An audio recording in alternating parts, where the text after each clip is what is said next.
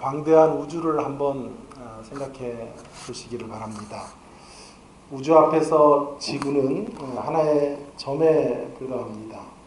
그 지구 가운데 아시아 중에서 대한민국, 그 가운데 서울 가운데 강남, 그리고 강남에 몇 평짜리 우리가 살고 있는 아파트.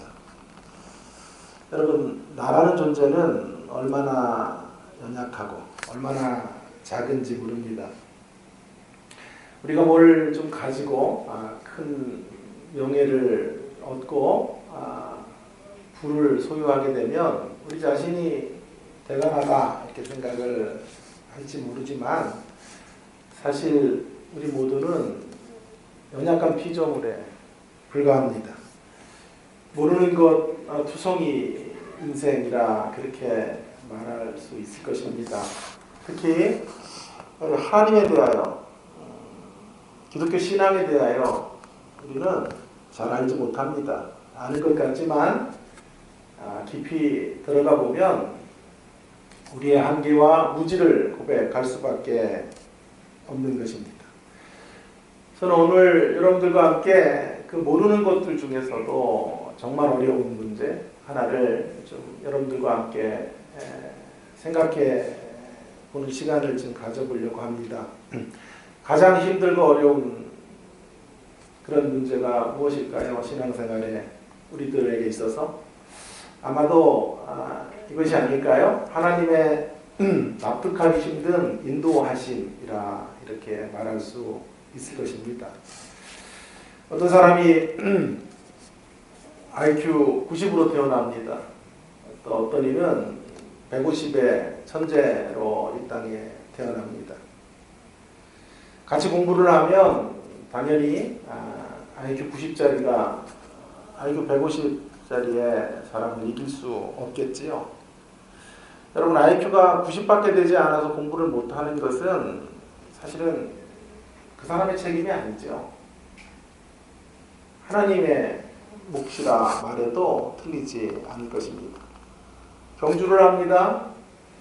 100m 경주를 하는데 어떤 이는 90m 앞에 이미 던져져 있습니다. 어떤 이는 50m 앞에서, 또 어떤 이는 출발선에서 달리기를 합니다.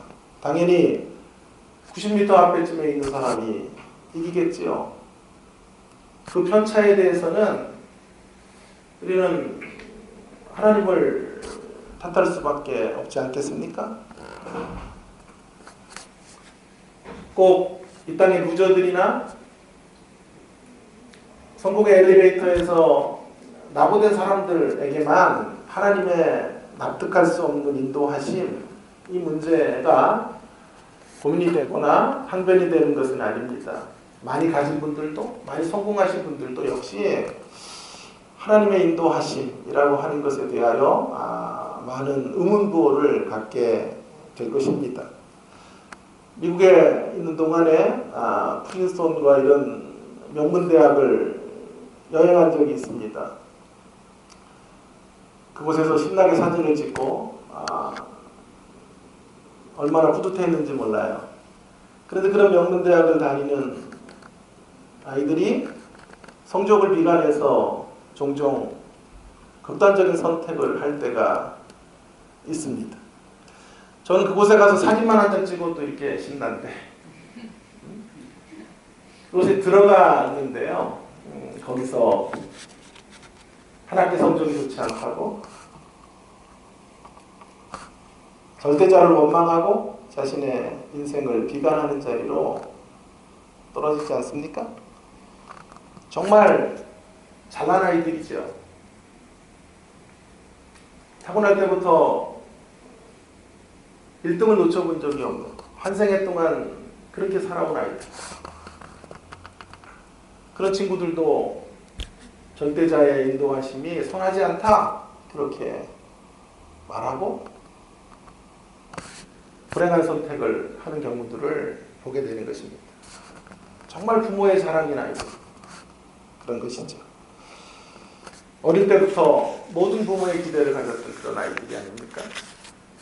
저도 사실은 저희 아버지에게 자랑인 아들이에요. 자랑스러운 모양이에요. 목사이고 또 원장이고 미용실 원장 말고요. 대학원의 원장이고 이렇게 살아가니까요. 아버지가 너무 뿌듯해 하십니다.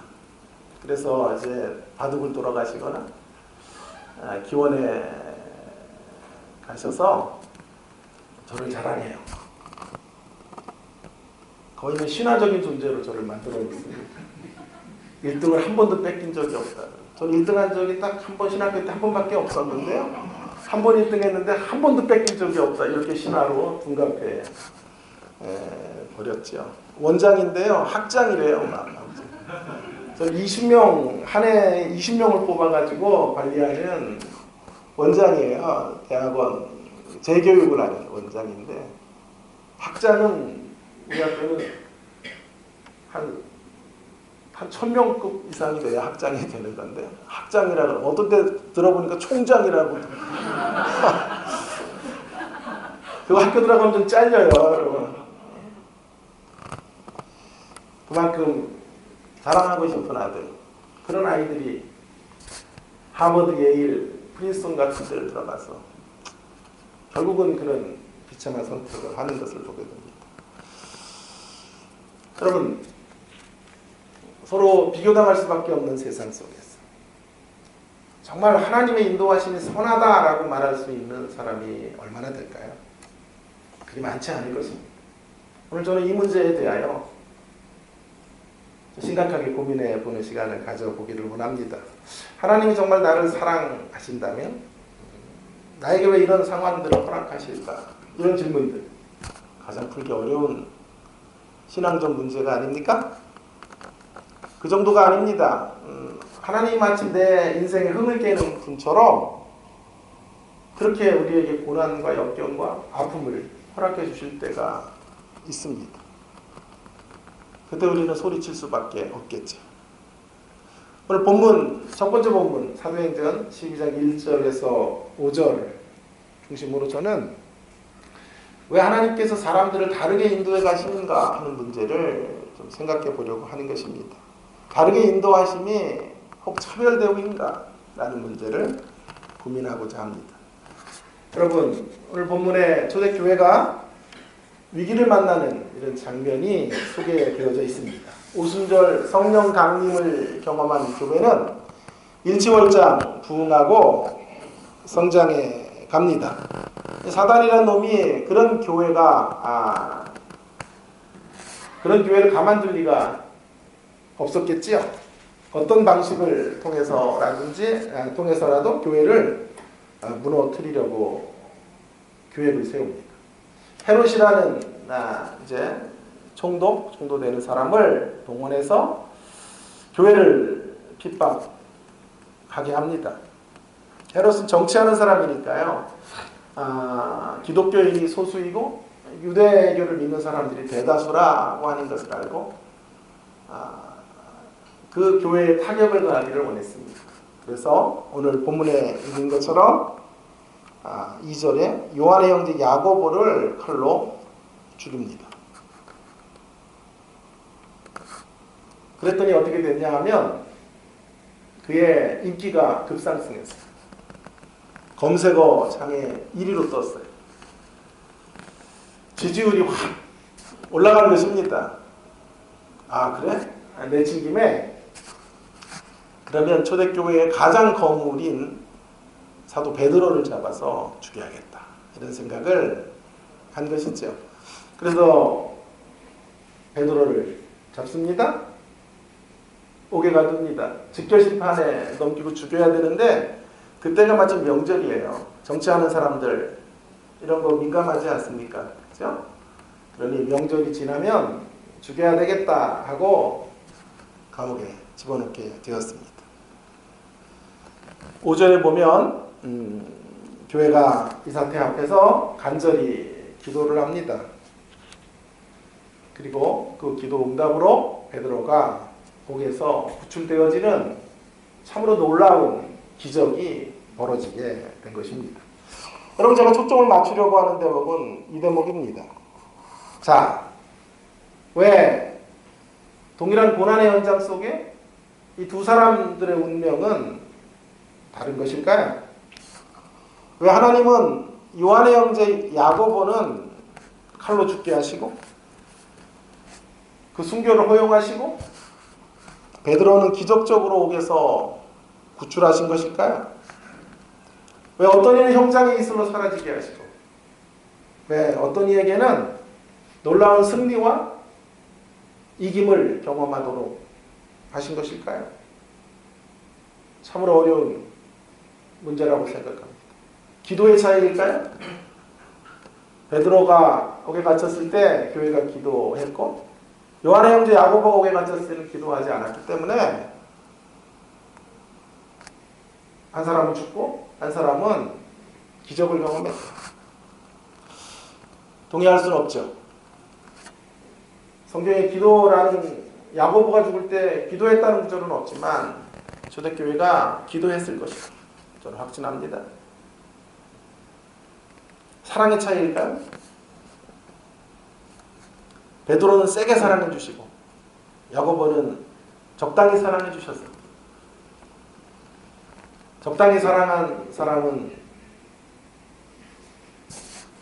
핍박을 받고 죽게 하시고 한 사람은 기적적 구출을 경험하게 하신 걸까요? 그것도 말이 되지 않을 것 같습니다. 기도의 차이, 사랑의 차이도 아니라면 믿음의 차이일까요? 베드로가 야고보보다 훨씬 더 믿음이 좋아서 하나님께서 승리의 역사들을 경험케 하시고 한 사람은 순교의 제물이 되게 하셨을까요? 그것도 말이 되지 않아 보입니다. 기도의 차이도 아니고 사랑의 차이도 아니고 믿음의 차이도 아니라면 왜 하나님께서는 어떤 이들을 조금 일찍 죽음의 길로 걸어가게 하시고 또 어떤 이는 생명과 다시 소생함의 길들로 나아가게 하시는 걸까요? 아마 이 질문이야말로 신앙생활을 하고 있는 저와 여러분이 풀기 가장 어려운 힘든 질문이라 생각합니다.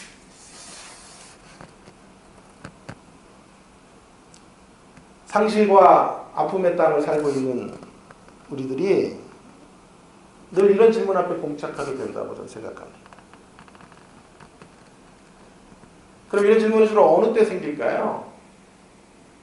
우리가 야고보 같은 처지, 환경을 만날 때 이런 질문들이 생기나요?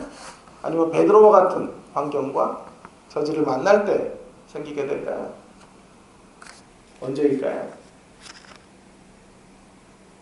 물어보는 거예요. 언제일까요? 예, 베드로와 같은 환경과 처지, 능력, 기적 이런 거 볼 때, 이런 거 경험할 때 하나님 왜 이렇게 인도하세요? 그러는 분은 거의 없겠죠? 주로 야고보와 같은 형편, 힘들어지고 뜻하지 않게 암이 찾아오고 사업이 망하고 삶이 우리를 배반하고 그렇게 어려운 가운데 놓여지게 될 때 이런 질문들을 하게 되겠죠. 왜 하나님 저를 이렇게 인도하십니까? 그럼 저는 저희 학교에 2년 동안은 전임이 아니었어요. 연봉제 교수로.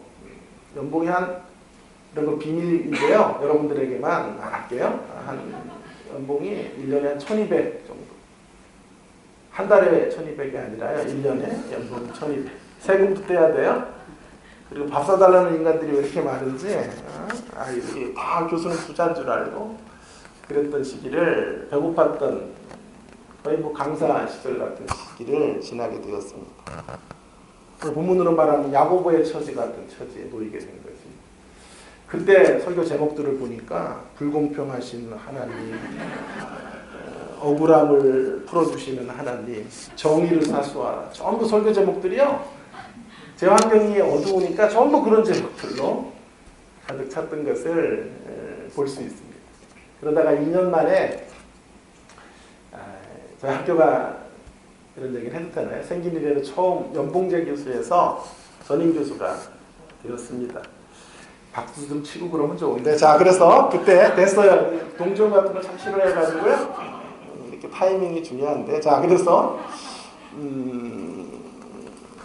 전임이 되고 최연소로 이렇게 원장도 되고 했더니요. 설교 제목들이 바뀌더라고요.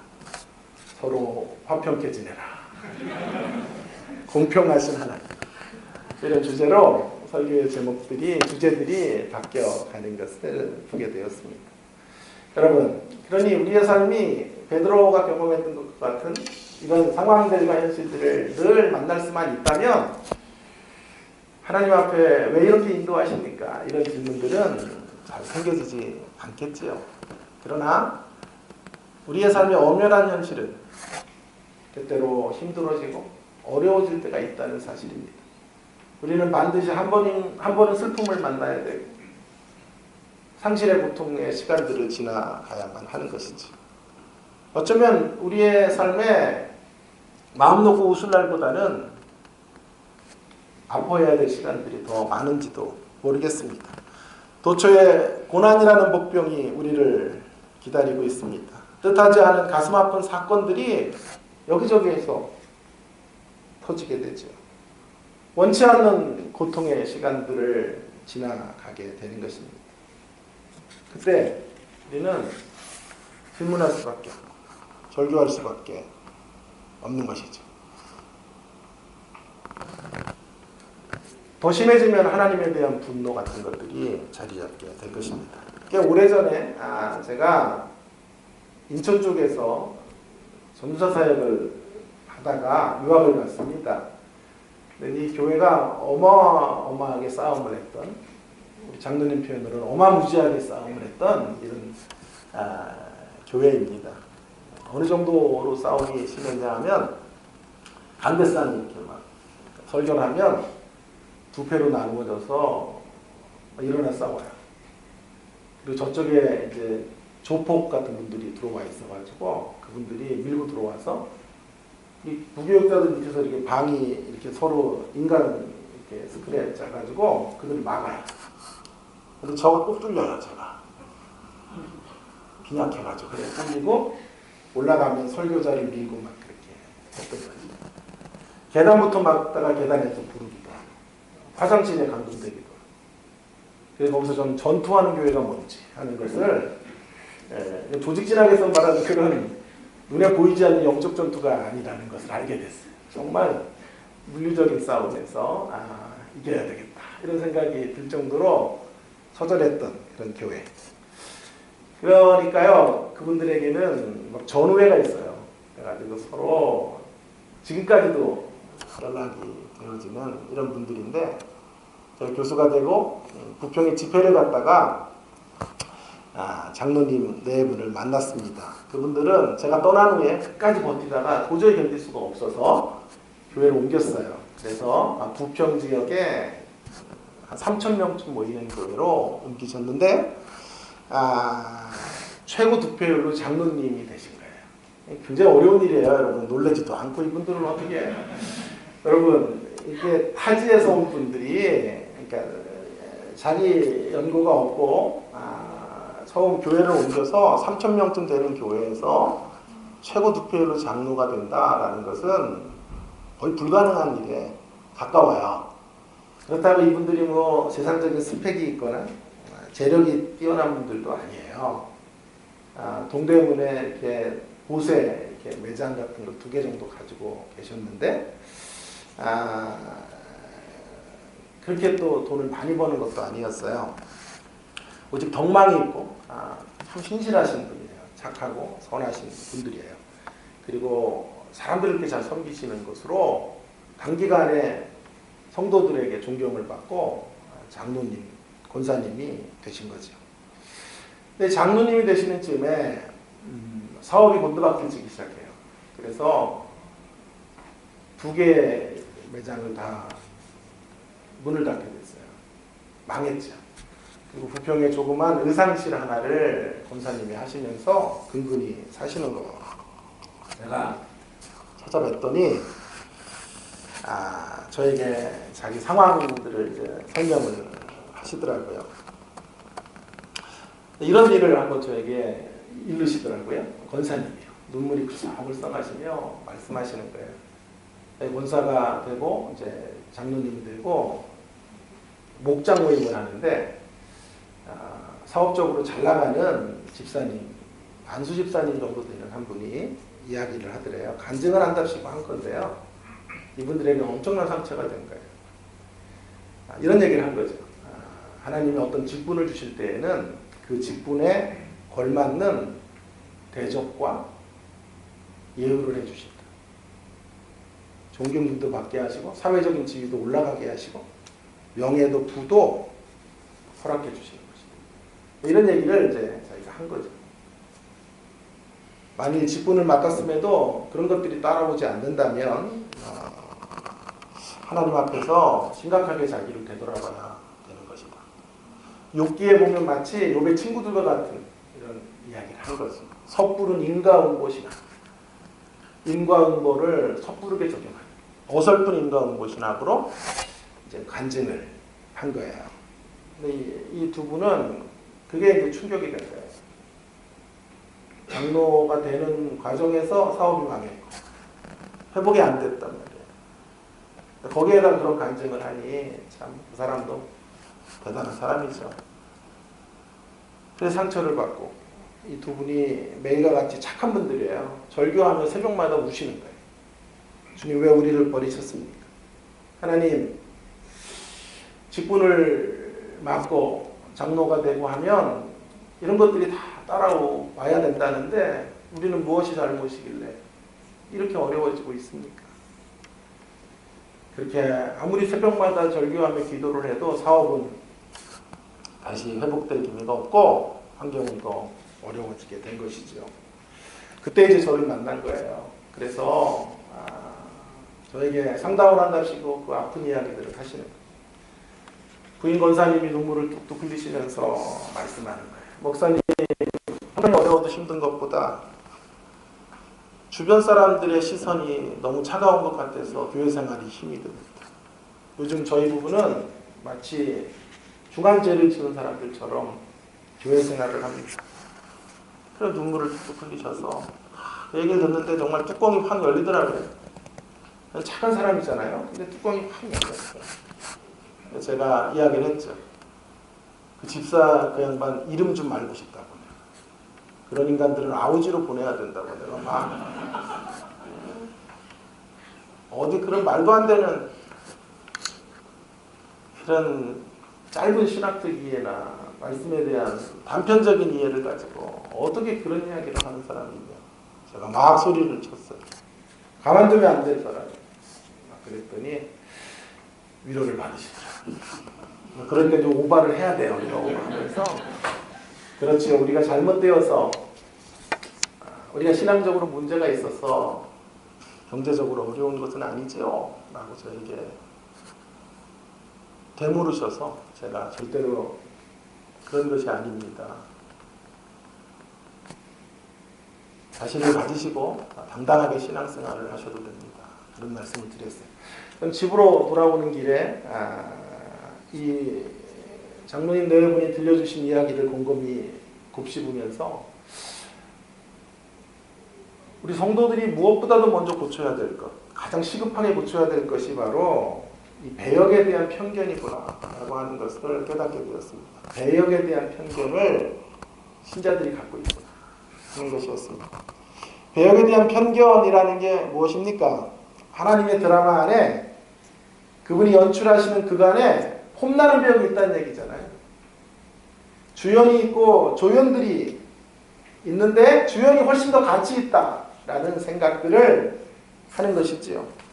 하나님의 더 큰 사랑을 받는 사람을 베드로처럼 이렇게 기적을 보는 것이고 그런 배역을 살아가게 되는 거고 하나님이 조금 덜 사랑한 사람은 야고보와 같은 이런 운명의 자리에 떨어지게 되는 것이다 라는 생각들을 말은 안 하지만 성도들의 마음속에 전부 갖고 있는 것이 아닌가 하는 생각을 하게 되었습니다. 과연 그럴까요? 이런 배역에 대한 우리의 태도들이 성경적 지지를 받을 수 있을까요? 절대로 그렇지 않습니다. 제가 보기에는 이것이야말로 우리가 성경을 잘못 오해한 가장 심각한 대목이 아닐까 싶습니다. 속히 바로잡아야 되고 교정되어져야 될 부분이라고 생각합니다. 자, 그러면 이제 남은 시간을 통하여 이 배역에 대한 잘못된 태도들을 어떻게 바로잡을 수 있을까 하는 문제들에 대하여 한 두 가지 정도를 생각하면서 은혜를 좀 나누고자 합니다. 배역에 대한 편견을 깨뜨리기 위해서 우리는 어떻게 해야 될까요? 첫 번째 메시지는요, 우리가 어떤 배역을 맡았는가 하는 것보다 어떻게 우리를 통하여 하나님의 드라마가 완성될 수 있는가 하는데 초점을 맞춰야 잘못된 배역에 대한 편견을 넘어설 수 있다고 확신합니다. 자, 우리가 어떤 배역을 맡았는가 하는 것 중요한 게 아니고요, 하나님의 드라마가 완성되는 일에 집중해야 된다라는 것입니다. 하나님은 위대한 극작가이십니다. 그리고 우리는 그분의 배우들입니다. 그분의 드라마 속에 우리가 어떤 배역을 맡고 있느냐 하는 것은 그리 중요한 일이 아닙니다. 1차적으로 중요한 것은 위대한 극작가이신 하나님의 드라마가 온전히 완성되는 것입니다. 우리에게 어떤 비중 있는 대사가 주어져 있는가, 우리가 어떤 무게감 있는 캐릭터인가 하는 것보다 더 중요한 것이 있어요. 나의 배역을 통하여 하나님의 극이 살아나는 것입니다. 다시 한 번이, 나의 배역을 통해 하나님의 드라마가 온전하게 살아나는 것, 그것이 더 중요한 대목입니다. 그분의 극에는 주연도 있어요. 조연도 있어야 돼요. 단역 배우들도 반드시 있어야 하는 것입니다. 이분들 모두는 결코 없어서는 안 되는 너무도 소중한 존재들이에요. 하나님의 드라마 안에서 누군가는 끝까지 살아남는 배역을 감당해야 되고요. 또 어떤 이들은 일찍 사라지는 배역을 감당해야 되는 것입니다. 축복으로 말하는 사람이 있는가 하면 또 고난으로 말하는 사람도 있는 것입니다. 성공으로 말하는 사람이 있는가 하면 실패의 자리에서도 하나님을 붙들고 나아가는 그런 배역을 소화해내는 사람도 있어야 하는 것입니다. 그 누구도 힘들고 하찮고 야고보와 같은 이런 배역들 살기를 원하지 않아요. 누구도 짤막한 대사 한마디 하고 하나님의 드라마 속에 빨리 사라지기를 원하는 사람은 없어요. 그러나 우리는 그 배역을 결정할 권한을 갖고 있는 사람들이 아닙니다. 배역을 정하시는 분은 하나님이세요.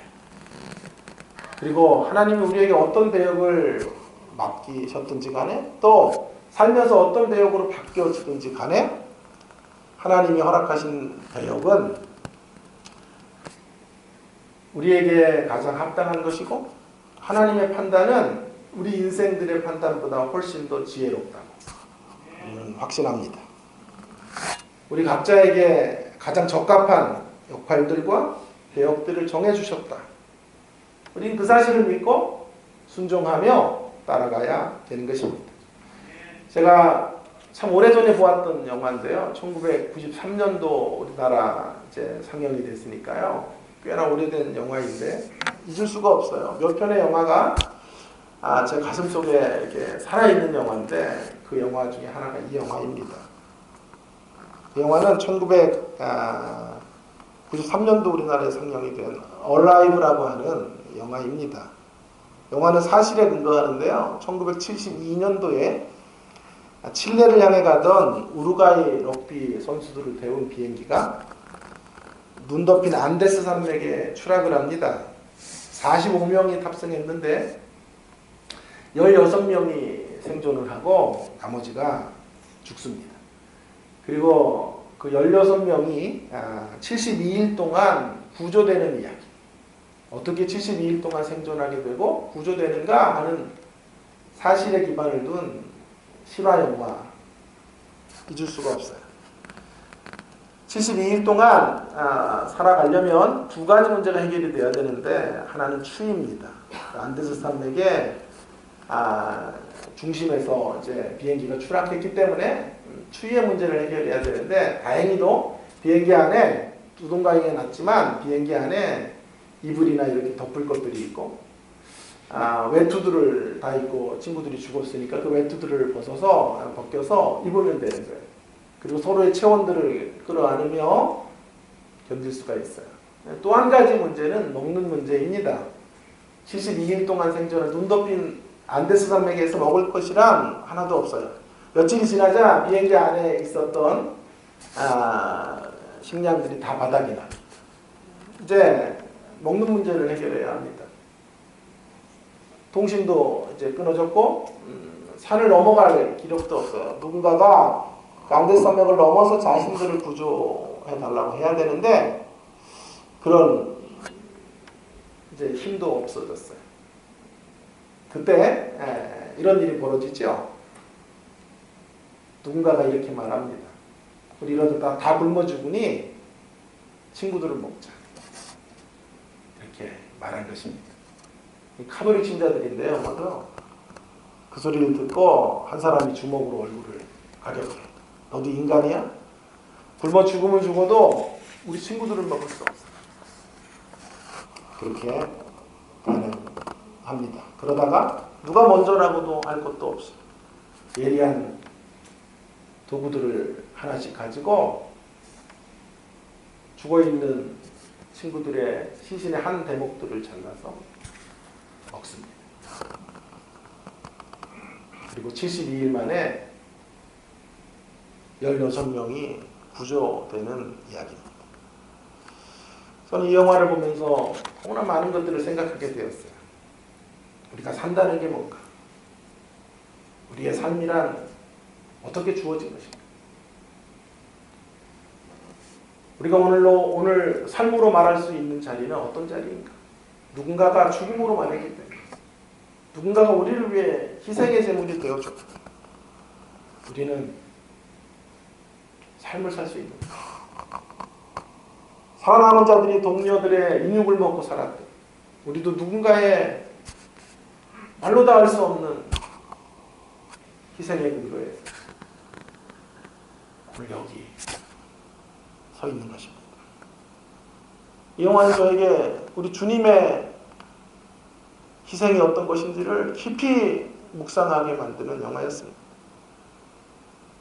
여러분 고상하게 우리 주님의 십자가 사건을 십자가의 의미를 말해본다면 우리 주님이 우리를 위하여 제물이 되어 주셔서 우리가 살아난 것이죠. 아까 찬송가 가사 중에 우리의 제물이 되신 주님, 그 제물 되신 주님으로 우리가 산 것이죠. 보다 직설적으로 말해볼까요? 우리 모두는 주님을 인육으로 뜯어먹고 살아난 사람들이. 그래서 교회는 우리 교회 같은 경우는 한 달에 한 번씩 그 주님의 살과 피를 먹고 살아난 주의 백성들임을 기념하며 성찬 예식을 거행하고 있는 것이 아닙니까? 그렇습니다, 여러분. 그분이 우리의 제물이 되어주십니다. 우리의 인육이 되어주십니다. 내 살을 먹으라 말씀해 주십니다. 우리는 주님의 살을 먹고 주님의 피를 마시며 그분의 희생 위에 이렇게 평안하고 이렇게 폼나고 이렇게 행복한 날들을 살아가게 되는 것입니다. 우리 예수님도 하나님의 드라마 속에 오랫동안 남는 배역이 아니셨습니다. 그분도 33년을 일기로 다른 이들을 살려주는 배역을 하시고 형장의 이슬로 저주의 형틀인 십자가에 달려 돌아가시는 배역을 소화하신 것입니다. 그분이 처절한 죽음의 자리에 서심으로 말미암아 오늘 우리가 이렇게 귀한 삶의 자리에서 말할 수 있는 복된 인생들이 되었음을 믿습니다. 여러분 이 사실을 우리가 안다면, 이 사실이 분명하다면 정말 우리 잘 살아야 합니다. 제대로 살아야 합니다. 우리의 남은 생애를 하나님 앞에 온전히 바치며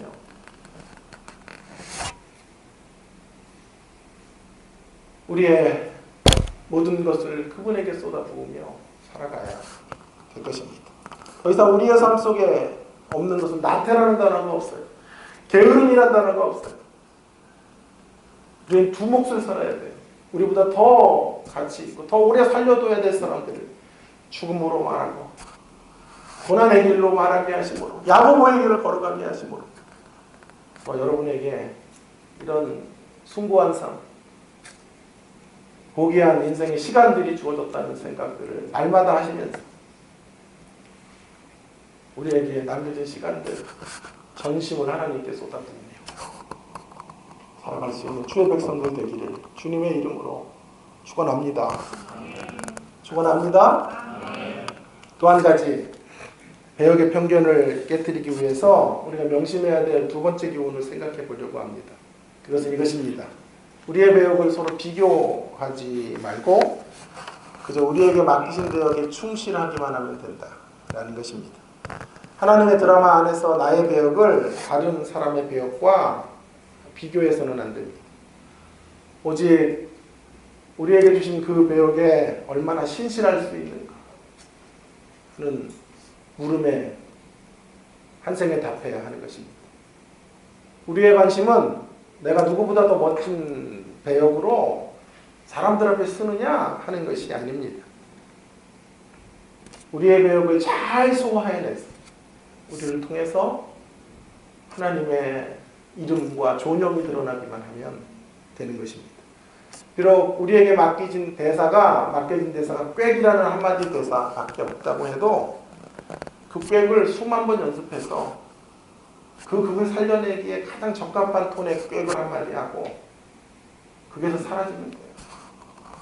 대사가 한마디밖에 없다고 꾀를 5분 동안 하면 안 돼요. 꾀 하면 나가지도 않고 그 배역에 아름다운 퇴장을 해야 되는데 퇴장도 안 하고 앉아있으면 안 되겠습니다.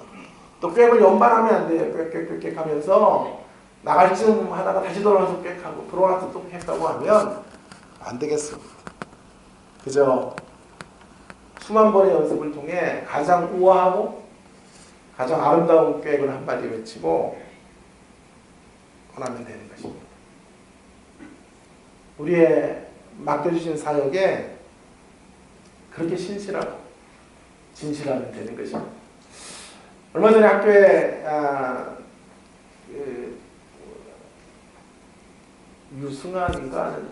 유승원인가 하는 교수님이 한 분 오셨어요. 설교를 하는데 너무 달란트 비유를 은혜롭게 푸시는 거예요. 제가 꼭 한번 그 이야기를 여러분들에게 전해야 되겠다 이런 생각을 했는데요.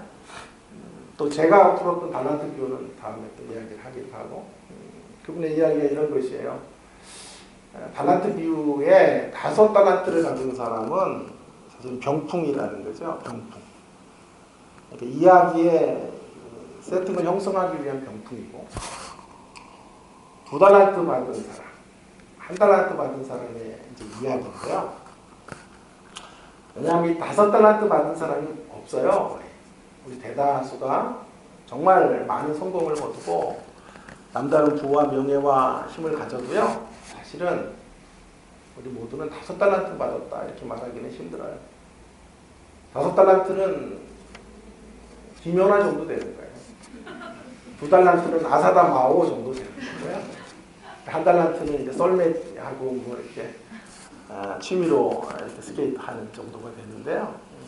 5달란트 갖는 사람이 전 세계를 통틀어 김연아 하나밖에 없잖아요. 그러니 이 5달란트는 사실 우리가 범접하기는 불가능한 병풍이에요. 배경인 거예요. 대부분은 1달란트예요. 우리 모두는 뭐 교수를 하고 뭐를 해도 1달란트 받은 사람입니다. 그런데 그 1달란트 받은 사람이 어떻게 하나님 앞에 서야 되냐 하면 2달란트 받은 사람을 세워놓으셔서 2달란트 받은 사람이 사는 모습을 보며 1달란트 받은 사람이 거기서 배워 1달란트의 자리를 참으로 신실하고 참으로 충성되게 살아가게 하는 목적이 비유의 목적이라는 거예요. 여러분 2달란트 받은 사람은요 5달란트 받은 사람하고 비교가 되겠죠. 비교가 되겠죠. 올라갈수록 거기 안에서의 비교는 더 비참할 수도 있어요. 서울대학을 들어간 사람들이 행복할 것 같아요? 그렇지 않죠. 우리 집 앞에가 서울대학인데요. 저는 가보지는 못했어요. 그러나 거기 안에서의 비교에서 떨어졌을 때 그 상실이 얼마나 큰지 여러분 아시죠? 그러니 그 비교점 속에 자기의 초라함을 느끼며 그렇게 살아갈 수 있는데 2달란트 받은 사람은 충성된 일꾼으로 쓰죠. 비교점에 자기가 넘어지지 않고 5달란트 받은 사람에 의해서 자기 자신의 초라함을 점검하지 않고 5달란트 받은 사람처럼 똑같이 2달란트를 가지고 장사해서 똑같은 칭찬을 주님으로부터 받아내는 거죠. 1달란트 받은 사람은 바로 이 2달란트 받은 사람을 보면서 5달란트 받은 사람 때문에 비교당하지 않고 꿋꿋하게 자신의 길을 신실하게 걸어가고 있는 2달란트를 바라보면서 오늘 우리에게 주신 길들을 살아내야 한다. 굉장히 좋아하는데 아무도 이렇게 반응들이 없고 그러니까 저 내일은 안 하겠습니다. 이렇게 반응을 해가지고 내일은 정말 센 분이 와서 하시라 그러고 저는 빠지려고 그래요. 자, 그래서 1달란트 받은 사람이 그 1달란트를 가지고 소외되거나 열등의식을 느끼거나 좌절과 절망의 자리에 떨어지지 않고 2달란트의 사람이 그 자리에서 신실하게 살아내는 모습을 보면서 믿음의 길을, 신앙의 길을 걸어가야 한다라고 하는 것이 달란트 비유의 핵심이라고 하는 것입니다. 늘 잔잔한 글로 우리에게 감동을 주는 켄 가이어라는 사람을 여러분 아시죠? 그는 기독교인의 삶을 춤추는 것에 비교합니다. 우리 모두는 춤추는 사람들이라는 거죠. 주님과 함께 춤추는 사람. 우리가 주님을 믿게 되었다는 말은 주님이 우리를 춤의 향연장으로 부르셨다라는 의미와도 같습니다. 주님은 우리 개인과 춤추기를 원하시고 함께 춤추는 분이에요. 공동체들과 함께 각각의 교회 공동체들과 주님은 함께 춤을 추세요. 왈츠의 곡을 틀어놓으시고 주님의 십자가 교회 성도들을 초청하시며 함께 춤추기를 원하시는 분이시다라고 말합니다. 그러면서 아주 뼈있는 말, 또 제 생에 평생 잊혀지지 않는 어록과 같은 말 한마디를 켄 가이어가 해주었습니다. 우리는 춤추기 위해 부름받고 있지 춤 겨루기 위하여 부름받고 있지 않다라는 것입니다. 얼마나 대단한 말입니까? 춤추기 위해 부름받은 것이 춤 겨루는 사람이 아니에요. 상대춤 부러워하고 화려한 의상을 가지고 상대 앞에 뽐내는 그런 춤 뽐내는 사람들이 아니다 이 말이에요. 춤 겨루는 사람들이 아니에요. 우리는 함께 더불어 춤추는 사람. 그런 사람들로 부름받고 있는 것입니다. 더불어 멋지게 춤추는 사람들로 살아가는 것입니다. 춤 겨루다가 망한 사람은 사울이에요. 다윗과 춤 겨루기 하다가 미치가이가 되고 정신병자로 살다가 인생을 마쳤습니다. 더불어 춤추는 사람으로 위대한 승리의 길을 걸었던 사람은 다니엘과 그의 친구들이 아닙니까? 다니엘이라는 사람은 느부갓네살 바벨론 제국 앞에 맞짱 승부를 뜨며 혼자 싸우지 않아요. 믿음의 친구들을 함께 부르고 그들과 함께 기도함으로 영적인 공동체를 형성하여 함께 승리하는 것이죠. 여러분 우리 모두는 그런 하나님의 드라마의 퍼즐 조각들이에요. 저는 우리 딸과 어릴 때 퍼즐을 종종 맞춰본 적이 있어요. 수백 개의 퍼즐. 그 퍼즐들을 여러분 맞춘다고 생각해보세요. 퍼즐 중에 어떤 한 조각도 없어서는 안 돼요. 더 소중한 퍼즐 대목이 없어요. 어떤 분들은 이렇게 말할지 몰라요. 오로라 공주의 퍼즐이라고 하면 그 왕관 쪽이 최고다. 왕궁이 보이는 그런 퍼즐이 가장 가치 있다 라고 말할지 모르지만 그렇지 않아요. 퍼즐에 단 한 조각도 없으면 퍼즐은 완성될 수가 없는 것이죠. 우리 모두에게 하나님은 각각의 퍼즐들로 우리를 부르셔서 우리를 사용하기를 원하십니다. 그러니 그 누구와도 비교하거나 비교당하지 말고 그저 우리에게 주신 배역들을 참으로 신실하게, 참으로 진실하게 감당해내는 우리 모두가 되기를 간절히 바랍니다. 여러분, 이 자리에 서기가 그렇게 쉬운 게 아니에요. 순간순간 육신을 입고 있고 죄악된 본성들을 갖고 있기 때문에 순간순간 우리의 마음이 허망해지는 순간 비교점에 떨어져요. 동창회 같은 데 주의하세요. 거기 갔다 와가지고 남편이 미워지면 심각한 사람이에요. 남편의 월급과 친구 남편의 월급이 비교되거든. 아, 내가 병들었구나. 그렇게 생각하시면 틀리지 않습니다. 동창회를 주의하라. 이렇게 말씀을 드리고 싶습니다. 비교 당하지 말고 한 생애를 산다라고 하는 게 참 어려워요. 제가 우리 교인들에게는 우스갯소리를 했는데 또 이야기를 좀 해볼게요. 저희 수치지만요. 그래도 하면 좋을 것 같아요. 분당에 제 동규 목사님 이름만 되면 잘 알 수 있는 동기예요. 누구라고 말을 안 할게요. 자존심도 있고 저도 그러니까요. 분당에 가장 잘 나가는 목사님 2만 명 정도 모여서 4세대 한국교회를 이끌어가는 가장 훌륭한 지도자 1위에 뽑혔더라고요. 설교를 가장 잘한다. 내 허락도 없이 누가 그런 거를 이렇게 만드는지 몰라요. 자, 어쨌든 그런데 어쨌든 그렇게 만들려고 그래서 한때 그분이 이제 계시록을 강의하는데 자꾸 이제 계시록을 하면서 제 이야기를 거론하는 거예요. 백석대학교의 이우재 교수님의 책에 보면 이렇게 이야기를 합니다. 그분은 이제 표절 같은 거 이런 거가 이제 그런 거에 걸리고 싶지가 않아가지고 꼭 인용을 하면 인용할 책을 말해요. 그것도 뭐 그렇게 할 필요도 없는데 워낙 이렇게 막 세상이 흉흉하다 보니까 그렇다고 뭐 몇 페이지 몇째 줄 이렇게 얘기해야 돼요. 설교 때 헤아래 새 것도 없는데 그냥 하면 되는데 어쨌든 그런 빌미를 전혀 안 주기 위해서 인용을 했으면 인용을 했다라고 이야기를 하는 거예요. 좋은 거지만 논문을 쓰는 것도 아니니까 좀 불필요할 때도 있어요. 자, 그렇게 해서 이제 하다 보니까 여러 차례 이제 제 책의 이야기들을 이제 하는 거죠. 근데 이제 사실 제가 신대원 동기인데요. 들어와서 10년 동안 제가 연락을 안 했어요. 왜냐하면 아무리 동기를 너무 뜨니까 연락하기가 힘들어요. 나도 뜰 만큼 떴는데 그래도 그렇게 뜨니까요. 맨날 옛날에 같이 그렇게 지내고 이랬던 시간이 있는데 그거 참 연락하기가 힘들더라고요. 안 만나준다 그러면 까이는 거 아니에요. 그럼 얼마나 제가 상처가 되겠어요. 연락도 안 하고 있었는데 자꾸 내 얘기를 하니까 나를 이제 러브콜을 하나보다 이런 생각을 하고 제가 거기 교회에 이제 우리 학교 학생들이 많으니까 우리 교수님 얘기했다고 그러는 거예요. 그래가지고 제가 이쯤 하면 제가 연락을 한번 해줘도 되겠다 싶어서 이메일을 보냈어요.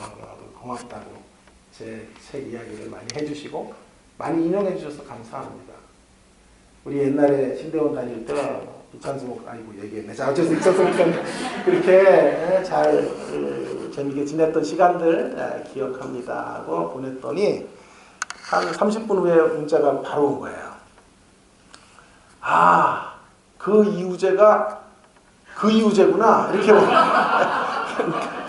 몰랐던 거지. 나 같은 인간이 교수가 되리라고 생각지도 않았던 거예요. 공부도 하찮고 뭐 인물도 보세요. 눈도 이렇고 뭐 변변치 않으니까. 근데 그 양반도 뭐 눈이 뭐 그렇거나 뭐 비슷한데 어쨌든 그래서 아무리 봐도 어디서 들은 이름은 이름인데 그 이우재가 교수가 됐으리라고 생각을 못한 거죠. 그래서 어디 하여튼 많이 들은 이름이라고 그러면서 저랑 한번 빨리 만나자 그래서 제가 만났고 그해 여름에 한 달 정도 이제 저희 교회는 사랑의 교회처럼 이렇게 외국에 다녀와요.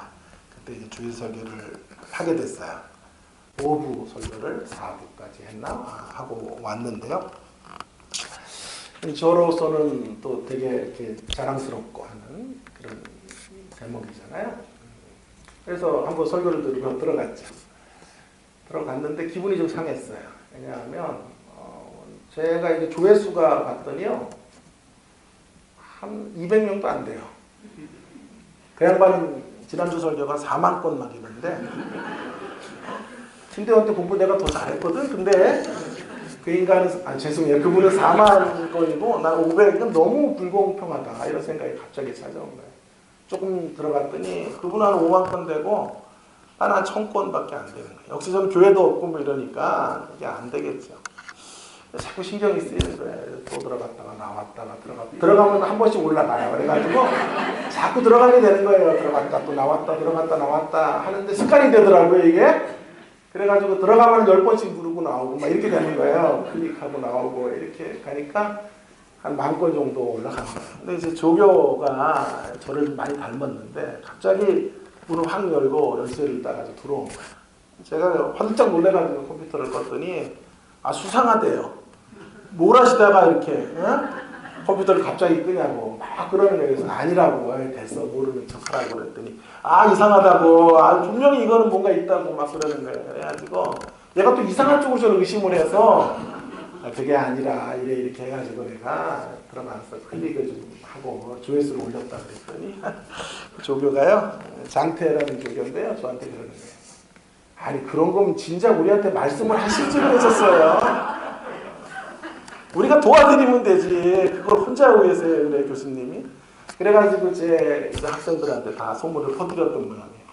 그 뒤로 갔더니 막 올라요. 그냥 하루 들어가면 막 2,000건, 3,000건씩 올라가지고 얼마까지 올랐냐면 28,667건.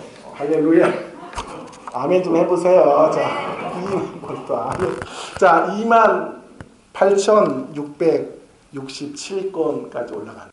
근데 그날 28,667건이 되는 날 제 마음 안에 큰 책망이 다가오더라. 주님의 책망. 너 뭐 하고 있냐 지금. 왜 그 사람보다 더 조회수가 많고 싶어? 그가 가는 길과 네가 가는 길이 다른데 왜 비교하고 왜 비교당하지? 여러분 그분을 제가 자주 만나는데요. 녹음하지 마세요. 이렇게 녹음하면 또 들어가지고 자기 욕했다 그러니까 자 그분을 자주 만나는데요. 제가 훨씬 행복해요. 왜냐면 어디 다니지도 못해요. 분당에 가서 다니면 사인해달라고 오네. 난 또 내가 하는 줄 알고 끼내가지고 하려고 그러면 쳐다보고 누구세요? 이렇게 하고 사인 받아요. 성도들이. 세상에 어떻게 그래. 사인도 목사가 사인하는 세상이 됐어요. 다음에 방배동에서 만나려고 그랬지. 그다음에 우리 방배동 제 학교에서는 저한테 사인해달라는 학생들이 좀 있어요. 안 되면 조교도 풀면 되니까 어쨌든 그렇게 해서 너무너무 힘든 것 같아요. 2만 명의 성도들. 그 무게감이 얼마나 힘들까요? 매일 인상 쓰면 설교하잖아요. 얼마나 힘든지. 어디 마음대로 가지도 못해. 반바지도 못 입어요. 저는 얼마나 자유로운지 몰라요. 아는 사람이 없으니 아무데나 다녀도 돼. 반바지를 입던 팬티바람은 아니지만 뭘 하고 다녀도 알지를 못해. 그러니 자유롭고. 막 지하철 가는데 누가 치고 지나가면 저 같으면 이 어떤 놈이 나를 치고 가냐고 씀을 낼 텐데 그분은 그러지도 못해요. 누가 치고 가면 할렐루야 하면서 왜냐하면 분당교회에 성도들일 수 있으니까 할렐루야 훨씬 더 행복해요. 훨씬 더 자유로워요. 왜 비교하면서 살아요? 2만 명이 모이면 2만 개 십자가예요.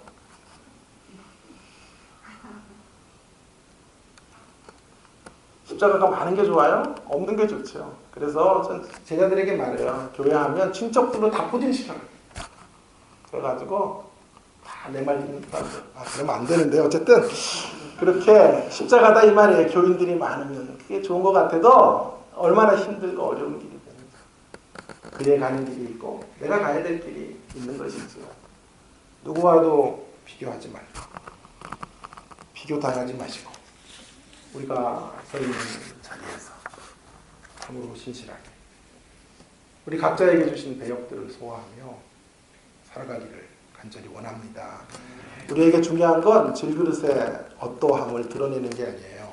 질그릇 속에 보배이신 주님이 어찌하든지 우리 한 생애 동안 빛나면 되는 것입니다. 그 보배이신 그분을 영화롭게 해드리면 되는 것입니다. 우리가 비록 이 땅에 살다가 야고보와 같은 현실 속에 처하게 될지라도 잘 나가다가 또 힘들어지고 어려워지는 상황들에 놓일지라도 아니면 또 베드로의 길을 향해서 걸어갈지라도 상관없어요. 어떤 길로 하나님이 우리를 이끌어 가시든지 간에 진정으로 질그릇들을 내려고 하지 말고 질그릇 속에 참된 보배이신 보아이신 주님을 드러내고 싶은 이 중심을 가지고 살아가기를 원합니다. 어떤 인생은 야고보로 시작해서 베드로처럼 기적을 보게 하실 수도 있고 베드로로 시작해서 야고보의 현실로 가게 할 수도 있어요. 태어날 때부터 야고보와 같은 이런 고통의 자리에서 한 생애를 야고보의 인생으로 끝날 수도 있어요. 또 어떤 이들은 베드로의 배역을 처음부터 받아서 끝까지 기적과 능력을 보고 살아가는 사람도 있어요. 어떤 배역을 또 그 배역들이 어떻게 변화되든지 간에 우리는 그 배역을 참 진실하게 담아내고 표현해내면 되는 것입니다. 우리는 성공신화를 쓰는 사람들이 아니에요. 그것보다 더 중요한 것은 감동신화. 그 감동신화의 주인공이 되어야 합니다. 성공신화는 1등이 쓸 수 있어요.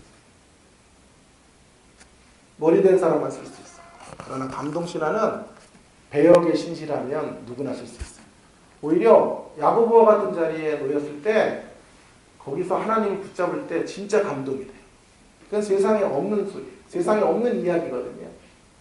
그런 자리에 다 하나님을 저주하고 원망하는 자리인데 그런 자리에서 하나님을 붙잡게 된다면 그런 자리에서 신앙의 진가를 발휘할 수 있다면 세상 속에 정말 진한 울림을 전달하는 메시지를 전할 수 있게 되는 것입니다. 아, 저런 환경에서도 견디는구나. 저렇게 가정이 망가진 자리에서도 신앙의 이름으로 나오는구나. 저런 극심한 고통의 자리에서도 찬송할 수 있구나 라고 하는 이런 메시지를 세상 속에 줄 수 있을 것입니다. 전 우리 주님의 십자가 교회가 또 다른 성공 신화를 써가는 교회 되지 않기를 바랍니다. 더 큰 교회, 더 유명한 교회, 더 화려한 수식어로 가득 채워지는 그런 교회 되기를 원치 않습니다. 여러분 그런 거 세상에서 많이 해보셨잖아요. 세상에서 1등도 해보셨고 성공도 해보셨잖아요. 가져도 별로 만족이 없고 기쁨이 없지 않습니까? 교회에 와서도 또 그런 가치들을 만들어야 되겠어요? 더 많이 모이는 가치, 더 큰 건물 짓는 가치, 더 화려해지는 가치, 그런 가치에 매여서 산다면 비극입니다. 저는 그런 교회의 비전을 가지고 여기서 말씀 사역을 하는 것이 아니에요. 제가 주님의 십자가 교회 설교를 2016년 8월 17일 날 주님과 관계 있는 사역이라는 설교로 시작을 했습니다. 서초 CBMC라는 곳에서 저의 성경 공부와 설교를 들었던 집사님 네 분이 저를 소개해줘서 발을 들여놓게 됐어요. 그리고 그분들은 저를 인도만 해주고 이 허허벌판에 저를 남겨두시고 다른 교회로 가버리셨어요. 얼마나 허망한지. 난 무슨 죄를 졌길래 그래 여기를 볼모로 잡고 들어오고 말이야. 자기는 빠져나가고 말이야. 처음에는 저도 핑계를 대고 발을 빼려고 했죠. 더 좋은 대우를 해주는 교회들도 많고 설교할 수 있는 교회들이 줄비하거든요. 그렇게 많지는 않지만 그래도 있어요. 굳이 내가 왜 여기서 이렇게 힘든 교회를 맡아야 하고 이런 교회 설교를 해야 되나 이런 인간적인 생각도 하게 됐어요. 와이프도 자꾸 내가 발을 들여놓으니까 발을 빼라 그러는 거예요. 와이프 왔으니까 이따가요 그러지 말라고 여러분들이 충고를 좀 하세요. 여기 앞에 와 있어요. 그러니까 절대 그렇게 하지 말라고 여러분 협박을 좀 하세요. 자, 왜 이렇게 발을 들여놓냐? 왜 뭐 강의한다고 나가고 뭐 새벽기도 한다고 나가고 왜 그러냐? 교수만 하면 되지. 와이프가 늘 그런 얘기를 또 한 번 더 강조합니다. 했어요. 그런 시간이 지나면서 저는 좀 진지해졌어요. 그리고 하나님이 나를 우리 교회 가운데로 부르신 이유, 또 설교하게 하시는 이유를 보게 되었어요. 그것이 무엇일까요? 두 번째 말씀처럼 세수를 세부대에 담는 교회, 그런 교회를 세우는 일에 일조해라. 그런 공동체를 빚어내는 일에 작은 수고 감당해라. 그런 주님의 마음을 보게 되었습니다. 우리 주님의 십자가 교회를 향하신 주님의 사랑을 읽게 되었습니다. 최근 몇 개월 동안 제 새벽기도 설교를 한번 들어보시면요, 제 마음에 단 한 가지 소원밖에 없어요. 새벽기도 때마다 준비할 때마다 주시는 음성이 이거. 주님의 십자가 교회는 반드시 흥왕해야 합니다. 반드시 흥왕해야 합니다. 다시 한번요. 주님의 십자가 교회는 반드시 흥왕해야 돼요. 그 생각이에요. 우리는 도도하게 흐르는 이 세속의 물줄기와 부패한 교회들의 현실을 막아설 수 없어요. 막아설 수 없어요. 우리의 힘으로 역부족이에요. 그러나 그 도도하게 흐르는 강물 옆에 지류를 만들 수는 있다. 그 강 옆에 색강을 만들 수 있어요. 그래서 몇 명이든 몇 명의 성도일지라도 그 색강으로 흘러가 새로운 하나님 나라 운동을 하고 새로운 주의 역사 가운데 쓰여진 그런 교회 세워야 합니다. 그런 교회를 이루라고 세수를 새 역사 속에 새 부대에 담으라고 우리를 부르신 거예요. 저는 사실 주님의 십자가 교회 같은 교회에 죄책감이 좀 있어요. 왜냐하면 나 같은 목사가 좀 잘했으면 물질 탐하지 않고 명예 탐하지 않고 교권에 이렇게 휘둘리지 않고 명예욕 같은 데 사로잡히지 않았으면 성도님들이 이런 아픔을 겪으며 교회를 나와 이 허허벌판 같은 곳에 교회를 건설하고 수많은 시행착오 어려움 속에서 이렇게 힘든 신앙생활을 안 해도 되잖아요. 저 같은 목사가 하나님의 말씀대로 교회를 이끌지 않으니까 이 바벨론의 가치와 결탁해서 살아가니까 그거 바라보며 견딜 수 없는 성도들이 이렇게 아픈 가슴들을 토로하며 주님의 십자가 교회 같은 교회들을 만들어내는 것이 아닙니까? 속죄하는 심정으로 새벽마다 여러분 앞에 저는 서서 하나님 말씀을 전하는 것입니다. 내가 꿈꾸는 주님의 십자가 교회를 향한 비전은 온통 성공신화로 가득한 세상 속에 감동신화를 멋지게 써내려가는 사람들을 세우는 것입니다. 그런 교회가 되게 하는 것입니다. 사랑하는 여러분, 우리가 비록 더 화려한 성공하는 교회, 그런 이름으로 세상 앞에 설 수 없을지라도 베드로에게 임한 이런 기적을 보여주는 그런 교회, 2만 명이 모이고 3만 명이 모이고 성공 신화를 그렇게 말할 수는 없어도요, 상관없어요. 설사 우리가 가는 길이 야고보의 길과 같이 힘들고 어렵고 고난의 길일지라도, 조국 교회의 주가 걸어가는 그 걸음이 아닌지라도, 내가 이런 교회에 설교한다니까 어떤 이들은 저에게 말해요. 2단 아니에요? 1단이야 내가 맨날 얘기. 그런 소리를 들을지라도 우리는 이 길을 참으로 신실하게 참으로 진실하게 주님을 바라보며 걸어가야 합니다. 우리부터 우리의 교회의 비전을 사랑하십시다. 우리 교회의 가치를 우리가 자긍심을 갖고 선전하십시다.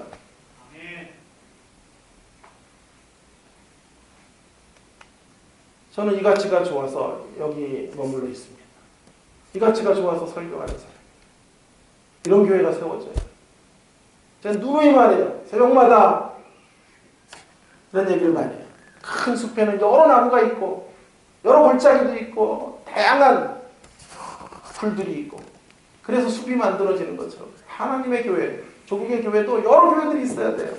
전통적인 교회도 있고 대형 교회도 있고 작은 교회도 있고 이렇게 회중들이 모여 우리가 주인이 되어 한번 교회를 이루어가자 라고 하는 교회도 있어야 되지 않습니까? 왜 이런 교회는 이단위로 취급이 되고 왜 이런 교회는 타락한 교회처럼 얘기가 돼야 되나 하는 생각이 있어요. 이런 교회들이 많아야 아름다운 하나님의 숲이 완성이 되는 것입니다. 주눅 들지 말아야 합니다. 의기소침해서도 안 됩니다.